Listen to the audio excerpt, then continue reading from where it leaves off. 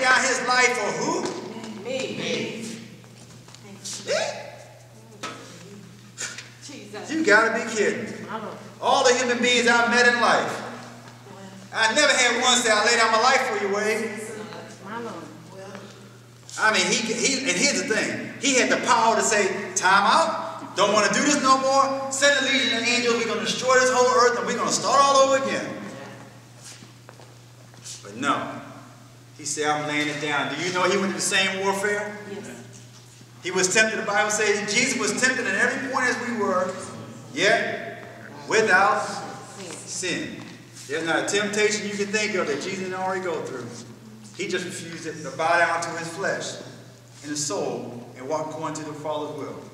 Verse number 7 says this, because the carnal mind is what? Enmity against God. For it is not subject to the law of God, nor indeed can be. So then those who are in the flesh cannot please God. Now you know the word enmity is, what it means? It means hostility, opposition, or hatred. Hostility, opposition, or hatred. That's what that word means when it says enmity against God. So when we're carnal minded, when we're walking in our flesh, that's what we really are, against God. That's what we are. And then we talk about having a relationship with him, and then find ourselves being against him. And not even realize it, because the flesh still wants to do what the flesh wants to do. But it says what? Receive with meekness the engrafted word, which is able to save your soul. I don't know how many times we talked about the importance of getting to the word. And I'm not talking about getting knowledge. Anybody can get knowledge. I don't read this word to get knowledge. People go to the library and read books. They go to school. You go to school and college to get knowledge. That's fine and dandy. I'm not against that at all. Keep getting your knowledge. But this right here is not knowledge. This is life. Come on. Jesus said, the words I speak to you, they are life. This is what changes our life. Jesus. The scary thing is sometimes when the word's getting in there, we kind of regurgitate it back out because we're not ready for that particular word.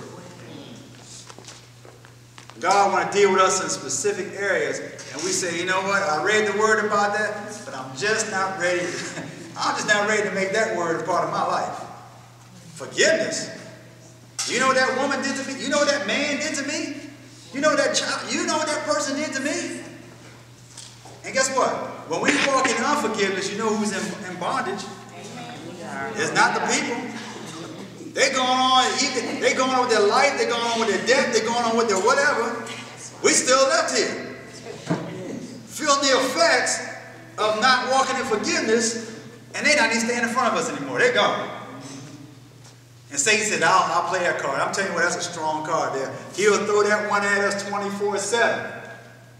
Because he said, if I can keep them from walking in forgiveness, then the Bible says this, if you don't forgive, the Father won't forgive you. Say that. You say again? If you don't forgive them, the Father won't forgive you. Why can God say that to us? Because he said, I've given the ultimate sacrifice. You can't tell me I don't love you. People walk around saying, God, I don't feel your presence. I don't feel your love. Why this happened to me? Whoa. Whoa, time out. He showed his love when he sent his only begotten son to die for the sins of this world. And we weren't worthy worth a lick. I keep telling God all the time, I'm so sorry you got the short end of this deal. You got the short end of this deal. You got me. You got me. Woo. But yeah, because of his faithfulness and his love, don't ever allow the enemy to tell you God doesn't love you. Amen. The situation that you may find yourself in, sometimes because you didn't listen to, you haven't had your soul renewed yet. And so you're still doing what the body says do, which that's our fault. Not God's fault. That's our fault. But then when we find ourselves renewed in an area and then things come our way that we don't like and attacks us, it's not God's fault. We're in a spiritual warfare. You don't wrestle against flesh and blood, but against principalities, against powers, against the rules of darkness of this world, against spiritual wickedness in high places. Do you know they're trying to hit us hard? Yes. Because the Bible says this, Christ in you is a hope of glory. You know, an angel can't even get nobody saved. not called to preach the gospel. There it is right here. This eternity right here. Inside you is eternity for all mankind. And because we don't allow ourselves to walk in the Word and in the Spirit, the body does its thing. We feel condemned. We feel ashamed. We feel upset. We feel hatred. We feel anger within ourselves. Frustration. Why? Because that battle's going on and we keep making the wrong decision. But it's time to renew our minds. Look at 2 Corinthians chapter 10. We're almost done, by the way. 2 Corinthians chapter 10. Starting in verse number 3. And of course, you know, I've said this before and I'll keep saying it. The only reason why I can tell you about all this stuff, because I go through it myself. My Lord. I would never stand up here and tell you, I don't know what some of these churches where they got these men stand up there and they so holy and they don't have no problems. And, well, you know what? Hey, give me some water, let me throw it on the floor and see if you can walk on it. But in the meantime, me, I'm just like the rest of you. I've just been called to share this word. But in calling and sharing this word, guess what? I have to be responsible for it even more so. Because it hits me hard. Amen. Hits me hard. Okay, so where did I tell you to go? 1 Corinthians what? 2 Corinthians. 2 Corinthians, thank you. Somebody's listening. 2 Corinthians chapter 10. We're going to start verse number 3. It says, for though we walk in the flesh, we do not what? War. I tell you, it's spiritual warfare. We do not war according to the flesh. For the weapons of our warfare are not carnal, they're not fleshly, but mighty in God for the pulling down of strongholds. Now, verse number 5, if you can get this one in your soul, memorize this one. I don't even tell you actually to memorize anything. Memorize this one. This one right here has kept me out of more trouble.